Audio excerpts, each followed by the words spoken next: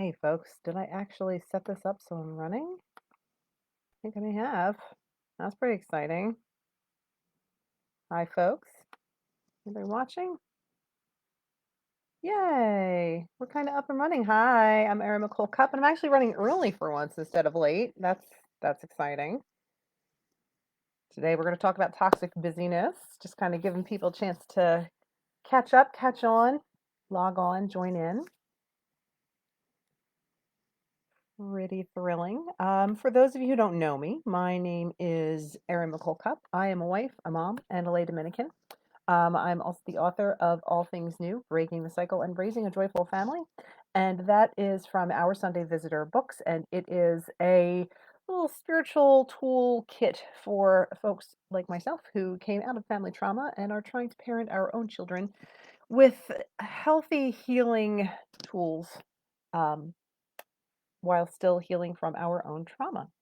So I'm glad to have this opportunity to talk about toxic busyness today here on Catholic Mom on Facebook, our Catholic Mom community. You know, it's really funny. I signed up for this months ago, maybe not months ago, weeks ago, and totally didn't realize until this morning when I'm looking at my liturgy of the hours that, hey, today is the feasts of Saint Martha and Mary and Lazarus. So to be talking about toxic busyness when I didn't, on the feast of Saint Martha, when I didn't know it was the feast of Saint Martha is pretty hilarious. So thank you, Saint Martha, for orchestrating this so cleverly. Sounds like something a busy lady would just, know how to do. So that was pretty cool. Um, yeah. So, like I said, when I started, I am a wife, a mom, and a lay Dominican. Name's Erin McCole Cupp. I am also a recovering compulsive overeater, as well as a recovering workaholic. I don't know if anybody else can relate to maybe taking on just a little too much. I'm going to see if I can add my website into the comments so you can go ahead and see some of the work that I do. I'm also going to put a link to my book, All Things New, Breaking the Cycle and Raising a Joyful Family. See if maybe that would be a good fit for your to be read pile. Because we've all, if we're overloading with tasks, we're often overloading ourselves with books, right? So I'm not saying that to overload you, but I do want to kind of ask you, why are you watching a Catholic Mom Facebook Live hangout about toxic busyness on the Feast of St. Martha and Mary and Lazarus, no less? So if you're watching this, whether you're watching it live or you're watching it on the playback, whatever, I want you to hit the like button if something I say in the next, couple, I'm going to go down a list of trademarks, of little traits of toxically busy people. And if one of these applies to you, hit the like button, okay? The first one is, do you feel a little bit of a rush when you cross something off your to-do list? Do you ever put something on your to-do list just so you can feel that rush of checking it off? Maybe even put it on your to-do list after you've already done it so you can feel that little bubble of joy, a little thrill after you check it off. Are you easily angered when you are interrupted? When you are doing one task, do you make absent-minded mistakes, mostly because you're already mentally doing the next 5 tasks on your mental to-do list? When you're praying the rosary, do you ever notice that you've already moved to the next bead before you finish the Hail Mary? If you're, reading a prayer book or singing from a songbook or using an app, do you close the book or the app before you've actually finished the prayer or song? You're already moving on to the next task. Now I'm saying this to myself. I should be hitting like, because it's something I notice I'm doing in this very moment. Do you always have some tension in your body, maybe in your jaw, in your neck, in your shoulders? And that tension might even be causing you pain because you're always like even physically ready to spring to the next task. Remember, if any of these have applied to you, like hit the like button. Do you regularly say things to yourself like, I know I should pray. I know I should eat right.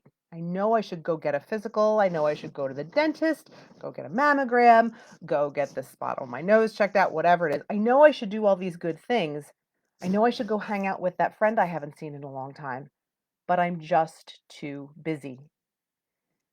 If you hit that like button even once, you might be living with toxic busyness. But know what you're going to do now that you've heard me say that. Don't get harsh on yourself.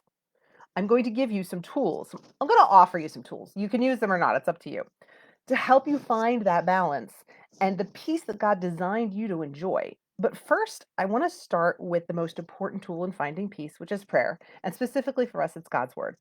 So I want to start by reading from Second Peter. Let's start as we begin all good things in the name of the Father and of the Son and of the Holy Spirit. Amen.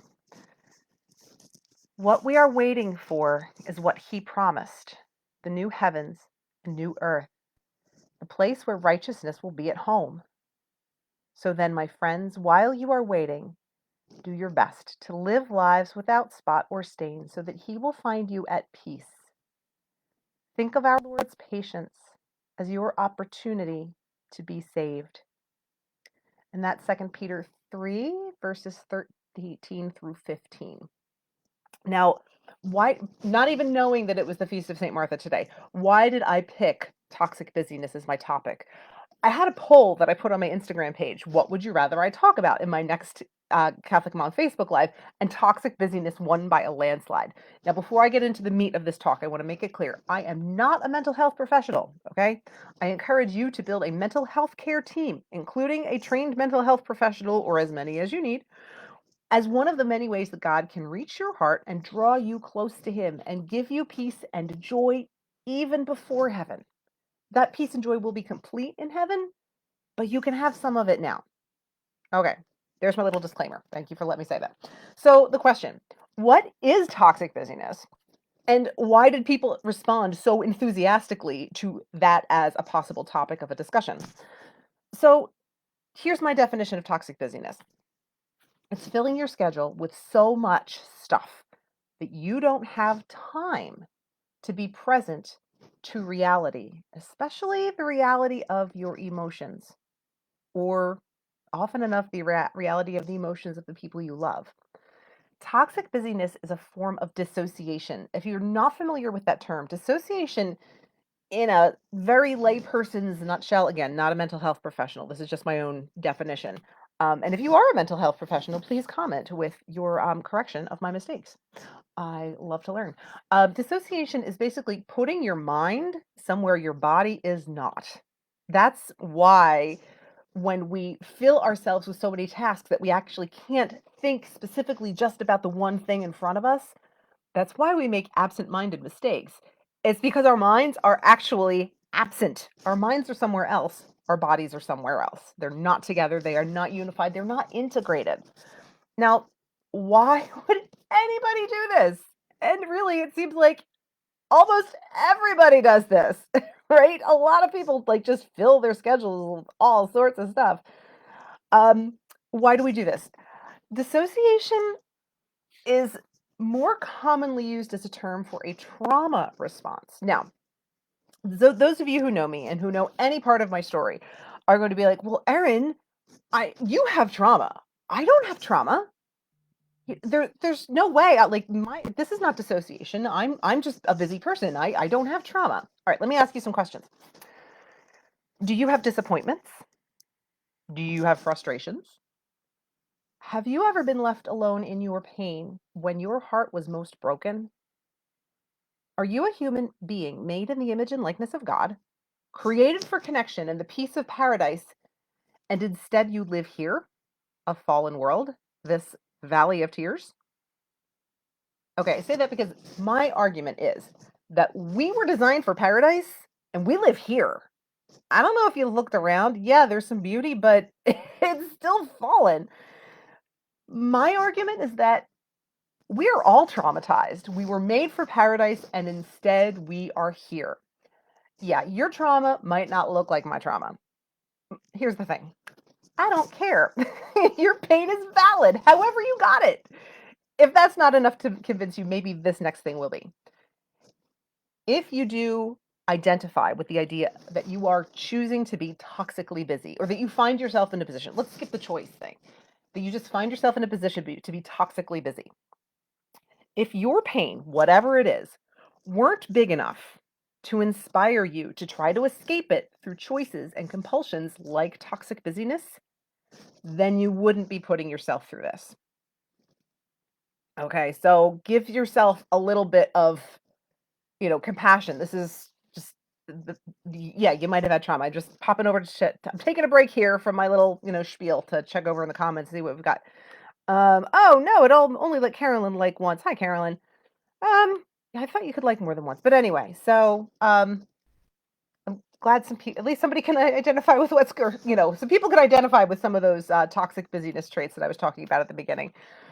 All right, so why would we make ourselves busy as the self-medication for psychic pain? Reminder, not a mental health professional here, okay? Why would we use busyness to medicate trauma? I mean, that doesn't make sense. Maybe, using illegal substances might make more sense because there's some sort of like pain relief associated with them, but busyness, stuff to do, how would that possibly qualify as self-medication? Well, here's what I like to call the triple D cycle. And again, not a mental health professional. This is just, my layperson synthesizing stuff into a way that has been really helpful to me to help me understand myself, have self compassion, and have compassion on the people around me. Okay. So those are all good things, and I want to share them. The triple D cycle. First, there's this thing called dopamine. If you're not familiar with what dopamine is, I'm going to put a link to a very straightforward description of what it is and what it does and why we have it, and that's going to be over in the comments. Dopamine is this neurotransmitter, so it's a chemical that is in our bodies in greater or lesser amounts, depending on what you have gone through in life, and possibly depending on what your genetic, deck of cards got dealt out to you. Dopamine is a neurotransmitter that helps us feel pleasure. And as a result, it's highly connected to our motivation. So it helps us be motivated to do the things that give us pleasure. And I'm not saying pleasure in the sense of empty pleasure, worldly pleasure necessarily, just joys. I'm going to mess up this quote, even though St. Thomas Aquinas is my beloved brother in St. Dominic and one of my Dominican patrons. His What he said, I believe he was quoting Aristotle, actually. So I am quoting a philosopher, and I'm not a philosopher, saying that who does not find joy in spiritual pleasures will seek them in carnal pleasures, because we are designed to experience joy. Dopamine almost shows us God created us to feel joy. How we respond to that need, that's part of our lives. So we need dopamine. And dopamine helps us feel pleasure and is highly connected to motivation. Dissociation, that activity that I sort of lay under the umbrella of toxic busyness, I pop under that dissociation umbrella. It's something we do when we want to escape whatever feelings are causing us pain, right? Pain, not pleasure. So we've got dopamine, and then we've got dissociation. Now we've got desperation. So those are my 3 Ds. When we are in a lot of pain, we are designed to do anything to make it stop. Our brains are wired to process emotional pain. I found this really interesting. Human brains process emotional pain with the same parts, places, and cells that process physical pain. Exact same mechanisms. Mind blowing, right? It's amazing. That's why we say, like, my heart is broken, because in a certain way your heart's broken, right? It's the same kind of pain. And physical pain warns us that our bodies are in danger. Emotional pain actually tells us that our bodies are in danger, because emotional pain tells us where there are areas of disconnection to the people in our lives, and we are social animals. We are designed to live out that verse. It is not good for the man, the human, to be alone. However you want to, use that. It is not good for the man to be alone. It's not good for the woman to be alone. We are not designed for loneliness. Okay? So that's why I believe God created that to mean as much pain to us as having a broken arm. Now, when our brains are wired to tell us that emotional pain can kill us just as easily as, a broken leg could, of course, we are going to do everything we possibly can to try to escape that pain. Our brains are telling us that this pain is going to kill us. You need to make a change. And so our choice to make ourselves toxically busy is not a stupid choice. What we're doing is we're just trying to exchange the pain for something that will make us feel valued, lovable, skilled, worthwhile to have around. So the choice to become toxically busy, whether it's a compulsive kind of choice or intentional, whatever it is, it's a survival choice. And you do not have to be ashamed about your body and your brain working together to try to keep you alive. Okay. So between the need for regular, correct, healthy levels of dopamine and being trapped in habits of dissociation to get that dopamine, to get the displeasure away, and then the desperation to do something that will bring us some more of that dopamine, that triple D cycle, yeah, we don't have, it's a survival mechanism. We don't have to be ashamed of that triple D cycle, but we do not have to stay in that cycle. We do have choices. So if you're wondering, I'm going to pause here actually and pop over and see if I've got any other comments going on. All right, it's kind of quiet, so that's fine. So we've got dopamine, dissociation, desperation, and we don't have to stay in that cycle. What are tools we can get out of toxic? What are tools that we can use to get out of toxic busyness? Well, I am really happy to share the 4 P's and 1C, 5 tools, 5 wounds of Christ. Look at that. Tools that we can use to get out of toxic busyness. So I'm going to start with the 4 P's. The first one is presence. You know how I said toxic busyness is a way of loading up our brains so that our brains always have to be somewhere else and not physically in our body?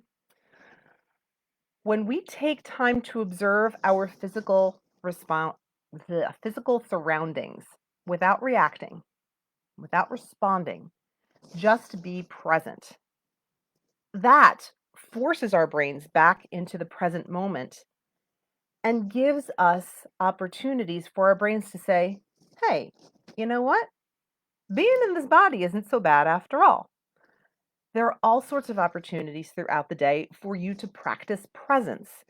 Some of them can be intentional, some of them can be improvisational. For instance, once a day, I get my folding chair and I put it out at my back door window kind of thing. We have one of those, sliders out to the deck. And I sit there usually with my coffee, sometimes with a dog. And I set my timer for 10 minutes because, you can't take all of the order out of me, I guess. And I just sit there and watch nature for 10 minutes. And if I notice myself starting to think about my to-do list or some relationship that's troubling me or something somebody said that hurt my feelings, I stop and instead observe whatever nature I see around me. It could be, there's, if it's a really good day, I've got like hummingbirds at the hummingbird feeder, and I can just watch them and be amazed and praise God that hummingbirds exist and even come to my chilly little corner of Pennsylvania. Um, some days, if it's rain falling, I try to watch individual raindrops fall just to be present. I'll observe the colors of the leaves, how this leaf is different than that leaf. Watch, it's Pennsylvania, so there's always some sort of breeze blowing. So I'll watch the leaves swaying in the wind. Whatever it is, it's something to show my brain that being in this body is actually kind of cool. It's a nice place to be. It's not constantly a horrible place to be. So the first P is presence. The second P I like to practice is pause. And this is where I pause to use, bring presence in little spots through the day. I told you about my intentional presence. If I notice that my brain is starting to rack up a to-do list, I will make myself choose to physically stop. I will just stop my body.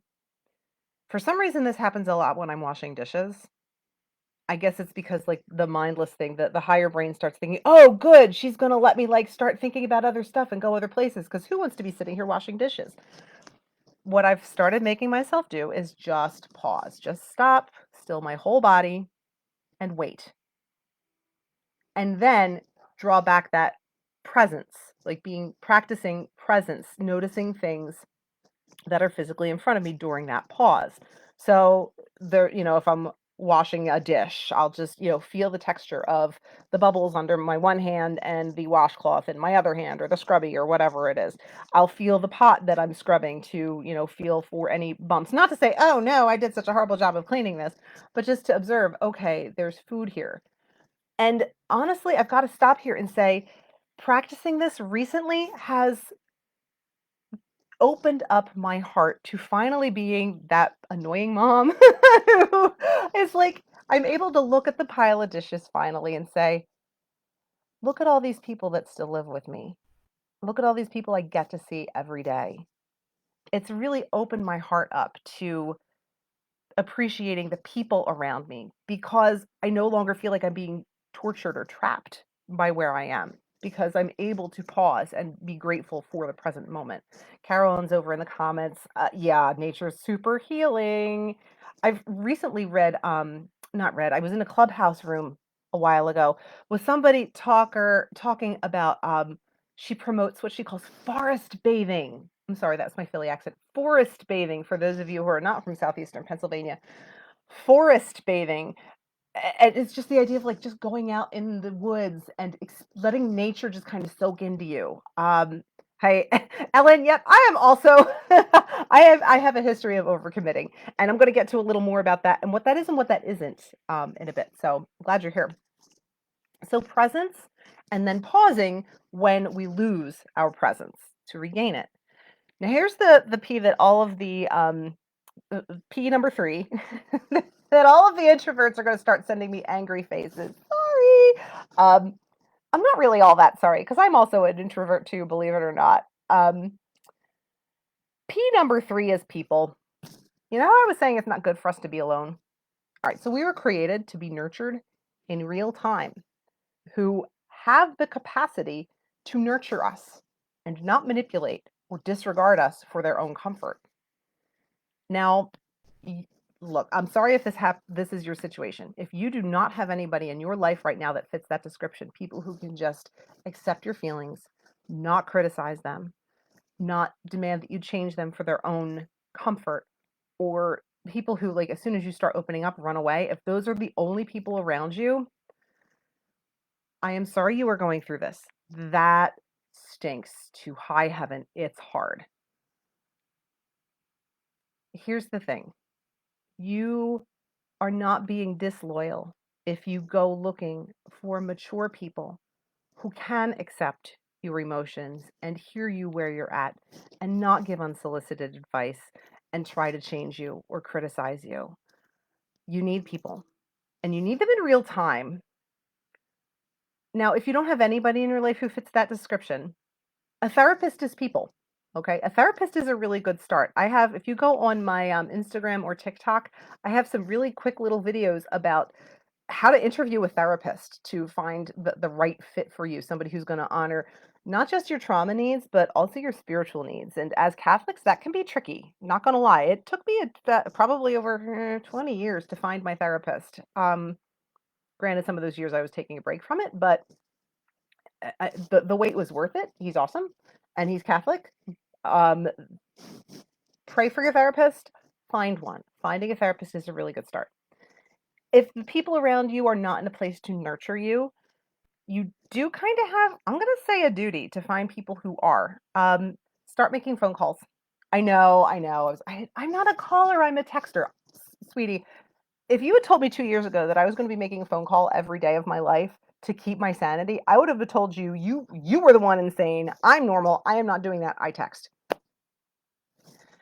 Let me tell you the healing power of having people talk to me in real time, that I don't have to wait for them to respond to my pain, and the value of, once I've been in a place to respond to other people's pain in real time, it just re-knits up something that was broken in me, and has given me so much freedom to experience joy where I am right now. So for those of you who are like, I don't want to talk to people. Okay, you don't want to talk to people. How much better do you want to get? How much better do you want to feel? ask yourself that question and see if you're willing to do anything to feel more peace. Um, I guess peace is not actually on this list of my 4 Ps. So there's presence and pause and people. The fourth P is poverty. Okay. But not necessarily monetary poverty, because I mean, plenty of us have that as well. Um, so, oh, I see. Sorry, I did want to pause and check the comments. Mr. Rogers likes us just the way we are. And you know what else? Actually, if you are feeling if you're feeling afraid of reaching out to people, like there's nobody who's going to understand me, if you're telling yourself this script that there's nobody who's going to accept me as I am, go to the library or wherever, go to YouTube, watch Mr. Rogers, and watch Bob Ross, the happy little trees painting guy with the hair and everything. I have found so much healing in watching Bob Ross because it's just, about accepting things as they are and not looking at everything with a critical eye, but looking at everything with an eye for beauty. So yeah, Mr. Rogers, like Ellen said, and I'm gonna put in a little plug for Bob Ross too. But I do want to get back to the idea of poverty. Poverty isn't so much about monetary goods. It's about the fact that we don't have everything that we need, and we're not going to have it this side of heaven, okay? We need to get over the lie that we are ever going to have enough. I'm not going to break out into Greatest Showman song because I'm not warmed up. I also couldn't sing that well anyway. But we were designed for paradise. Okay, going to go back to that. We're not going to get it here in this fallen world. We need to stop chasing this idea of enough and start embracing our poverty, because the only one who has it all is God, and even He gave it up to come and live with us for a time, right? And even now, I mean, what has God given up to sit in the Eucharist in adoration chapels and tabernacles throughout the world? He's given up, that the constant surrounding of the be it, his love, of the Trinitarian love, just to be, the Eucharist and sit there and wait. If God can do that, what does that invite us to do, right? So poverty is just accepting the reality that I am not going to be satisfied. I will never be able to add so much onto my calendar and accomplish so much that I'm going to feel satisfied. It's like alcoholics say, people who are recovering from alcoholism, there's sort of a saying that goes, one drink is not enough, or one drink is too much and 50 will never be enough. One more committee, one more volunteer thing, it's never going to be enough. We need to embrace the idea that we can ever get enough on our calendar to make us feel happy, because we can't. We are just too poor. We need Jesus. Now I've got the 4 Ps there: presence, pause, people, poverty. The last one is a C, and it's compassion. I don't know if you remember back at the beginning of this talk. I said, don't get harsh on yourself for choosing toxic busyness. Why would I tell you that? Because here's the thing. You know how I said toxic busyness is a tool we use to escape pain? The harder you are on yourself, the more pain you are causing yourself. The more self-criticism you natter at yourself in your head, the more you spend time living with somebody who's telling you you're worthless, that nothing you do is good. That causes pain. You are causing yourself pain. I cause myself pain when I do that. The more pain we have, the more we want to escape the pain. The more we want to escape the pain, the more we're going to load up onto our to-do list so we can have more rushes with everything we check off. And we never get to the end of that list.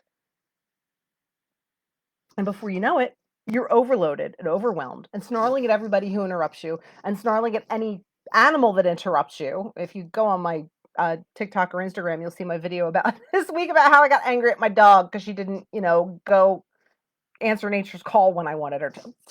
Seriously. No, that is exactly what I got angry about. Because I was just practicing criticism instead of practicing presence and pause and all those good things. Now, I wanted to ease my pain. I'm sorry, I'm backing up a little bit. So I have to get back up a little bit. We criticize ourselves because we think that's going to help. The only thing it does is cause us more pain, which causes us to want to self-medicate more, which causes us to want to add more stuff, if toxic busyness is your drug of choice, so to speak. Now, here's a tool I have found super helpful to get out of that cycle, to get off that hamster wheel. It's practicing the phrase, of course. When I see myself loading things on or doing whatever compulsive thing I thought kind of helped me feel better, I tell myself, of course I did that. Of course I went for that, you know, self-medicating trick. I wanted to ease my pain. Of course that made sense at the time. But now I have other choices. I can choose to be present instead of leaving. I can choose to pause. I can choose to reach out to people. And I can choose to embrace the reality of my poverty in God's eyes. And just before I move on, I did want to just say a little gift that I've gotten from the pausing and the presence.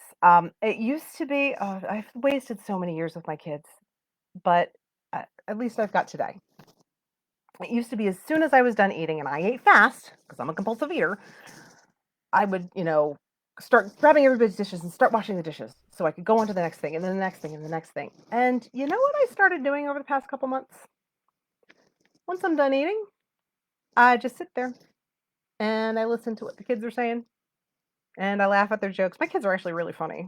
Each in their own way. They each have their own sense of humor. It's really cool. And I never really would have appreciated that on this new level if I hadn't just said, you know what, the dishes are not going to get done any faster. And even if they did, there would still be more to do.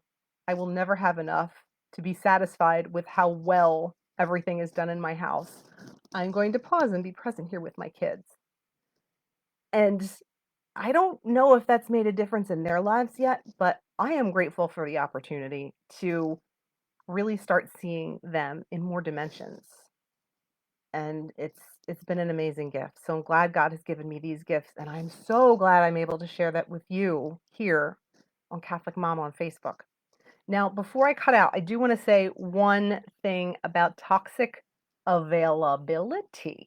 Okay, so you're probably thinking, okay, we're just talking about all this toxic busyness. What's toxic availability?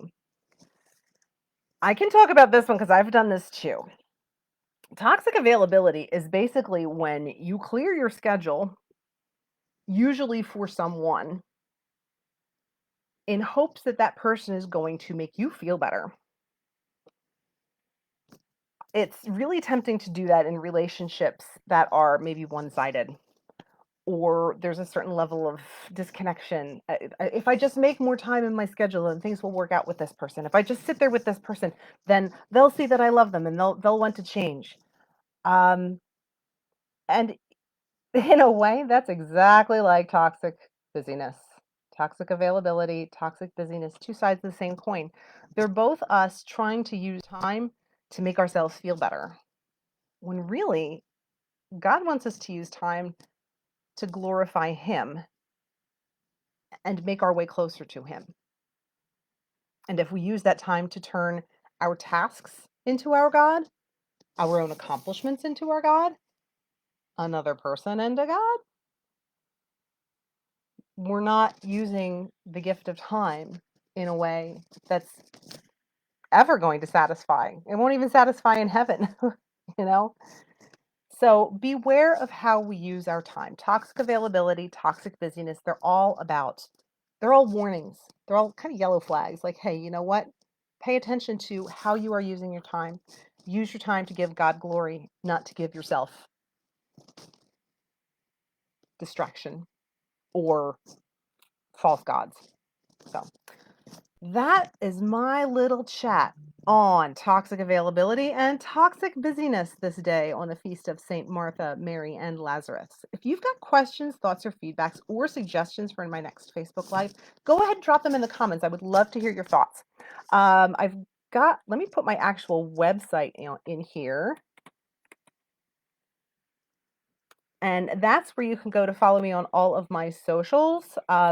Whatever, choose your poison: TikTok, Instagram, Pinterest, Facebook, whatever your favorite. Oh, Clubhouse. Love Clubhouse. Every Thursday morning, 8 a.m. Eastern, I help lead a chaplet of surrender and gratitude, which is another great way to practice those four P's and the C, presence, peace, or sorry, presence, people, pausing, and poverty, because it reminds us of how much we need God, the practice of gratitude. I also want to put here in the comments a link to, if you're not really an Amazon fan,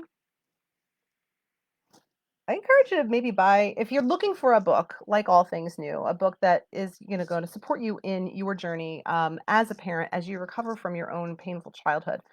I encourage you to take a look at our Sunday Visitor books. You can get it directly from them. You also could, if you are blessed enough to have a Catholic bookstore nearby, totally encourage you to give them, give them a call, see if they have it, give them a visit. It's a great place to create that community too, where you can have those people who are, supporting you in your own walk to live in peace and joy rather than in toxic busyness. One more thing. I know a lot of toxically busy people, we find ourselves in ruts. We feel like, well, I can't say no to this because I have to. I can't stop doing this because I have to. That's basically a rut. And I think it's Sonia Corbett is the one who says that a rut is basically a grave with the ends dug out. Ruts are not great for us. God does not want us in ruts. He wants us climbing ever, ever closer to him. So what I've got on my website is my What's Your Rut Busting Beatitude quiz. If you take that quiz, I am going to give you a free chapter of All Things New, custom chosen just for you. A machine doesn't pick it, I do, based on your quiz responses. So that even, you don't have to spend a dime. You can just get this chapter and see if that's something that's going to help you, break through maybe a place where you're feeling stuck in your life. So that is now in the comments as well. Finally, sorry for all this self promo, but I've got all sorts of fun stuff going on and I would love to share it with everybody. Tomorrow afternoon, if you are on the Clubhouse app, Sister B, those of you who know her, she's a Salesian sister. She and I are going to be talking about my reversion experience in young adulthood from a life of trauma and leaning on the occult, Lord protect me, um, to sort of deal with that into a life in the Catholic Church. So I'd be very excited to have you join that discussion. We'll be talking about all the great things that God does to support us in our faith walk.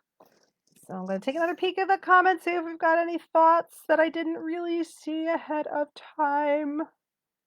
Yeah, because I kind of get excited when I'm talking about stuff like this, especially healing stuff. And I tend to get on a roll. So I wanted to make sure I didn't ignore anybody. Thank you so much, everybody who watched. If you are watching on the playback, that's awesome. Go ahead and leave a comment. I'll be checking in later and see if we can connect. Okay. All right, everybody. God bless you. Thank you so much. Keep fighting a good fight, and looking forward to chatting with you again. God bless.